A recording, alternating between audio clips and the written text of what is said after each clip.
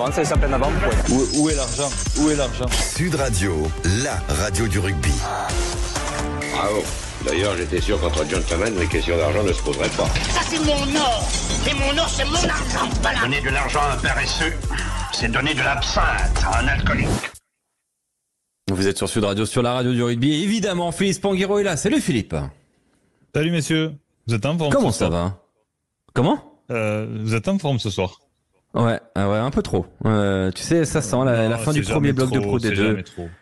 C'est vrai que c'est jamais trop. Par contre, le Anthony Coletta, je l'avais directement moi, depuis le début.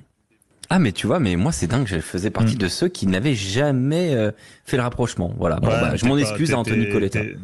T'es pas mélomane, de toute façon. Ouais, pas autant que toi, c'est sur le rouge et noir, tout ça. Enfin, on rappelle que tu es chanteur et que t'as participé au Love Music avec Yvan Cujoux, c'est Laurent Labitte. Il fallait quand même ça, il fallait la voir venir celle-là. Changement de format, nouvelle nation, la Coupe du Monde à la relance pour l'interrogation, puisque il y a un changement majeur dans le format de la Coupe du Monde de rugby. World Rugby a décidé d'introduire pour la première fois des huitièmes de finale à compter de la prochaine édition en 2027 en Australie. Et la compétition reine du rugby passera aussi de 20 à 24 nations. Pourquoi tant de changements, Philippe Spanghero? Est-ce que la Coupe du Monde était en train de s'essouffler? Que disaient les chiffres?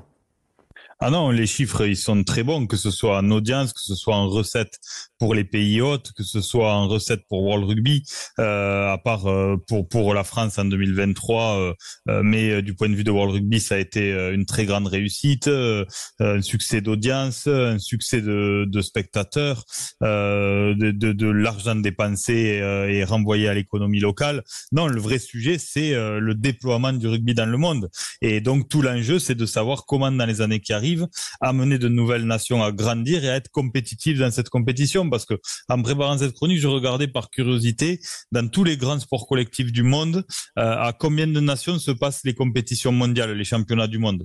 Et en fait, quand vous regardez le basket, quand vous regardez le hand, quand vous regardez le foot, bon, d'abord il y a beaucoup plus de pays qui participent aux qualifications, mais ensuite pendant les championnats du monde, vous avez au moins 32 nations.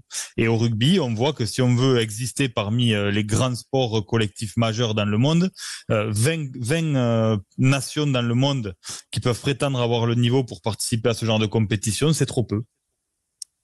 Ouais, alors c'est vrai que donc tu disais que le format était bon. Alors c'est plutôt, j'ai l'impression, une volonté d'ouverture. On reviendra d'ailleurs sur ce point dans quelques instants. Mais juste pour expliquer le format, le tirage au sort sera composé de 6 poules de 4 équipes, avec donc les 6 meilleures équipes du classement mondial à l'issue de la tournée d'automne qui seront regroupées dans le premier chapeau et donc dispatchées dans chacune des poules différentes. Donc entre guillemets, je mets des guillemets, Philippe Spanghero, la phase de poule sera un peu moins relevé, mais il y aura des huitièmes de finale pour la première fois, donc ça veut dire aussi plus de matchs à haute tension, où il y a plus d'incertitude aussi. Oui, de l'incertitude avec, on l'espère aussi pour la beauté de la compétition, des surprises dès les huitièmes de finale. Donc on rajoute en effet un match de phase finale. C'est vrai que ça peut paraître assez long et que culturellement dans le rugby on n'est pas très habitué aux huitièmes de finale et on a vu que dans la compétition européenne, la Champions Cup notamment, c'était vraiment mitigé l'accueil de cette phase supplémentaire de phase finale en huitième. Mais en tous les cas, il y a besoin de ça pour développer encore une fois le nombre de pays qui participent à l'événement, et donc il faut bien en passer par là, et 2027 marque un vrai tournant. Vous savez, le rugby étant le rugby, ce sera pas facile de constituer ces huitièmes de finale, parce que les deux... Alors, concentrez-vous. Les 2 premiers de chaque poule se qualifient, et les 4 meilleurs troisièmes sur 6 poules se qualifient aussi. Voilà. Donc c'est comme ça qu'on fera les huitièmes de finale. Je vais pas vous mentir, pour savoir qui jouera qui en huitième de finale, c'est un schmilblick hallucinant que j'ai compris, mais il m'a fallu 20 minutes, et qu'on aura le temps d'évoquer d'ici 2027. Mais donc Philippe, plus de matchs, plus de tension, c'était ça l'idée. Puis il y avait donc, comme on le disait, l'idée d'ouvrir, d'avoir cette volonté d'ouverture pour cette Coupe du Monde. Mais quels étaient les enjeux? Pourquoi si vite? Pourquoi maintenant, Philippe Spanghero? Ben pourquoi maintenant? Parce qu'il est temps. Ce sera la 11e édition. On voit que le rugby se développe dans le monde. On voit que on a le féminin. On vient de sortir de cette Coupe du Monde féminine avec un succès populaire jamais vu, un relais de croissance très important de licenciés filles dans le monde du rugby. Mais encore une fois, je le répète, on a besoin de trouver une homogénéité plus importante dans le monde. Et World Rugby, sa mission principale, c'est de participer au développement du rugby. C'est pas compliqué. World Rugby, 95% de ses revenus. Donc, on voit quelque part aussi que c'est une organisation bien gérée en termes de frais de structure. Mais 95% des revenus de World Rugby sont destinés à développer le rugby dans le monde entre les Coupes du Monde. Et 95% des revenus proviennent des Coupes du Monde. Donc, on voit que l'économie de World Rugby, elle est structurée autour des Coupes du Monde. Donc, 24 nations. On peut se dire aussi que c'est la capacité d'aller chercher de nouveaux pays, de nouveaux potentiels commerciaux en termes de droits télé, de diffusion, en termes peut-être de nouveaux sponsors à éveiller au rugby qui le sont pas encore forcément pour l'instant. Donc il y a tout ça comme enjeu derrière aussi pour consolider une économie. Est-ce que c'est un premier pas vers encore plus d'ouverture ou d'après toi on restera sur ce format-là à 24 pendant encore quelques temps? Alors toute la question, elle est sportive en réalité, parce que on a aussi besoin que le produit ne perde pas en attrait. Et pour que le produit ne perde pas en attrait, il faut éviter maximum d'avoir plusieurs matchs dans la compétition avec des 60, des 70 points, comme on l'a vécu jusqu'à une certaine période, même des 100 points dépassés lors de certaines éditions. Et ça, aujourd'hui, en termes de crédibilité sportive, ça poserait problème et ça décrédibiliserait un peu le produit. Donc tout l'enjeu, c'est de savoir combien de pays vont être capables vraiment de figurer dans cette compétition. Et si demain World Rugby fait bien le boulot et qu'il y a 28 équipes, ben on passera à 28 équipes. Et de toute façon, c'est le sens de l'histoire. Je le répète, tous les grands sports collectifs dans le monde ont beaucoup plus de nations qui peuvent prétendre au top mondial. Voilà. Donc après, il y a beaucoup de choses qui sont rassurantes dans le rugby aujourd'hui. Quand vous voyez la phase de qualification du Chili, les stades pleins, l'engouement de ce pays pour le rugby et le rugby qu'a produit cette équipe du Chili, ben ça donne envie d'y croire et de se dire qu'on est dans la bonne direction. Alors j'invite quand même à cette chronique Pierre Amiche qui est en direct de Grenoble, qui réagit durant la chronique par texto. Tu es 100% contre ce nouveau format, toi Pierre. Pourquoi ? Pas parce que Philippe l'a très bien expliqué, la raison principale elle est économique, mais faire des formules incompréhensibles, c'est pas rendre le rugby plus clair et plus limpide et susciter des vocations. Là aujourd'hui on est quand même pris entre le marteau et l'enclume. D'un côté on veut évidemment ouvrir le rugby au plus de monde possible, mais on fait rien pour le rendre lisible, que ce soit en termes de règles qu'on change tous les ans ou en termes de formules. Et là je prends le rugby au sens large, qu'il soit européen ou international.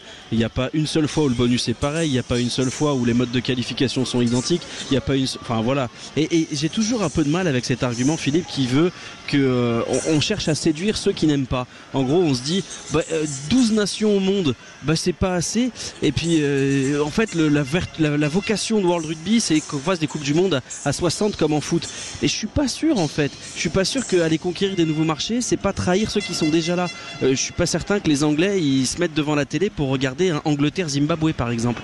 Et le dernier truc, et ça c'est vraiment très personnel, c'est que honnêtement j'adore les histoires des petites nations, je trouve ça formidable, j'ai envie de les aimer, j'ai envie de les suivre, mais il y a aussi la réalité qui est avoir un huitième de finale, quart de finale, demi-finale, finale, on risque d'avoir des finales avec des équipes décimées, donc parce qu'il y a 4 matchs à haute intensité, et déjà quand il n'y en avait que 3 où on doit jouer toutes les semaines, à moins de gonfler les effectifs à 50 bonhommes pour disputer la Coupe du Monde, on risque de voir les seconds couteaux disputer la finale. Voilà, c'est mon avis sur cette formule qui est peut-être pas si claire que ça. Philippe Sanguero, de toute façon il va y avoir de la résistance sur cette nouvelle formule. Non mais c'est logique forcément, puisque c'est quand même un changement de braquet important. Mais j'entends ce que dit Pierre. Mais le bémol que je mets, c'est que je suis d'accord avec lui. Si cette ouverture elle se fait au détriment des nations qui sont déjà bien installées, ça posera problème. L'idée c'est que ce soit pas le cas. L'idée, c'est que World Rugby ait de nouvelles ressources pour accompagner de nouveaux pays, sans arrêter d'accompagner les autres, ceux qui sont déjà bien implantés. Et encore une fois, je pense que le problème du rugby dans le monde, si on le ramène à l'échelle des championnats domestiques, c'est ce que je dis souvent pour la France.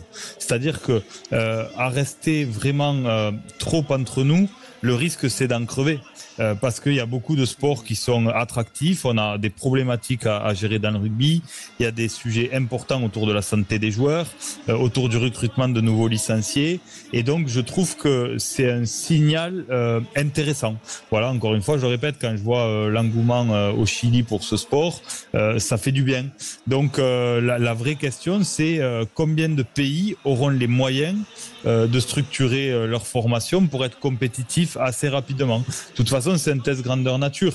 Mais si on veut prétendre à figurer dans les grands sports mondiaux collectifs, on voit très bien que si vous n'avez pas une base allez, à minima 50 pays dans le monde qui peuvent vraiment jouer la compétition dans les phases qualificatives et arriver vraiment à minima 24 équipes pour jouer la Coupe du Monde, ça pose problème en termes d'homogénéité géographique et économique. Alors, je vais juste pour le jeu, parce qu'en fait ça me fait rire, essayer de vous expliquer comment les équipes vont aller en huitième de finale. Alors, je vais rien inventer, je vais lire ce que l'équipe a tenté d'expliquer à ses lecteurs. Et d'ailleurs, bravo au journal l'équipe pour avoir Fred Bernès qui a dû décortiquer ça pendant longtemps. Alors, je cite: dans cette configuration nouvelle, accrochez-vous,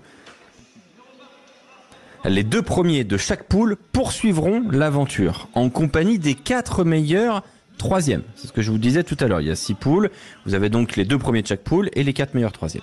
Les équipes ayant terminé en tête, donc première, des poules A, B, C et D, eh bien, ces équipes qui ont terminé en tête, donc des 4 premières poules, pas des 6, mais des 4 premières poules, croiseront en 8e de finale les 4 meilleurs troisièmes. Donc là, vous êtes premier de la poule A, vous affrontez un troisième de la poule A, B, C ou D. Mais du coup, le E et le F, qu'est-ce qui se passe pour eux? Eux, les premiers, ils affronteront pas des troisièmes, ils affronteront des deuxièmes. Alors vous dites, c'est quand même c'est quand même pas très équilibré cette histoire. Et vous savez quoi? Eh bien, il y aura des quarts de finale aménagés du coup.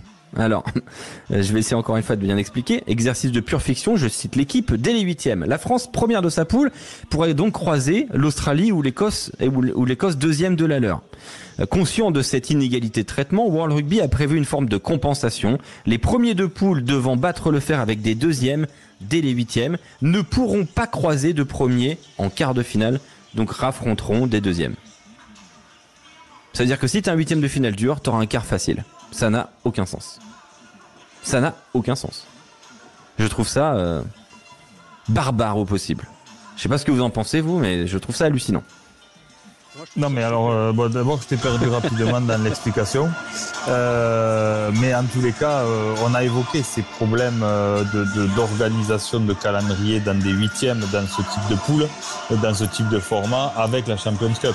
Et on voit que de toute façon, un des sujets que l'on a aussi dans le rugby, c'est de pérenniser des formules et qu'elles soient faciles à expliquer au public. Et en ça, malheureusement, World Rugby a fait comme il a pu. Ah, c'est le rugby. Mais en tous les cas, il faut. Je reste persuadé qu'il faut en passer par là. Est-ce que sportivement vraiment on aura quelque chose de cohérent? Je l'espère pour notre sport. Mais j'ai quand même envie de me dire que dans les années qui arrivent, il y a au moins 24 nations qui sont susceptibles de prétendre être des concurrents sérieux ou de vraiment d'offrir une adversité aux grandes nations du monde dans les années qui arrivent. Le mot de la fin sur ce sujet, Pierre Amiche, sur le format et sur la qualification en 8e, quart, tout ça? En fait, nous on se place du point de vue des journalistes et on sait que notre métier est en partie d'expliquer ce qu'on comprend. Donc le mieux ce serait déjà de le comprendre. Mais si on se place du point de vue simplement des supporters, peu importe la formule, on aura l'ivresse des phases finales et les émotions seront forcément décuplées si l'équipe de France va au bout. On aura vite oublié que la formule était barbare et que c'était compliqué parce que le Zimbabwe, le Chili et des nations moindres étaient venus peut-être disputer leur première Coupe du Monde pour certains, pas pour le Chili, pas pour le Zimbabwe, mais pour peut-être d'autres nations. Donc je me dis quelque part que tant que l'équipe de France est championne du monde, peu importe la formule, on sera bien heureux. Merci beaucoup, Philippe Spanghero, pour cette chronique autour de la Coupe du Monde et cette nouvelle formule qu'on verra donc dans 2 ans. Et ce sera évidemment suivi sur Sud Radio. Merci Philippe, belle soirée. Merci monsieur, bon pour les deux.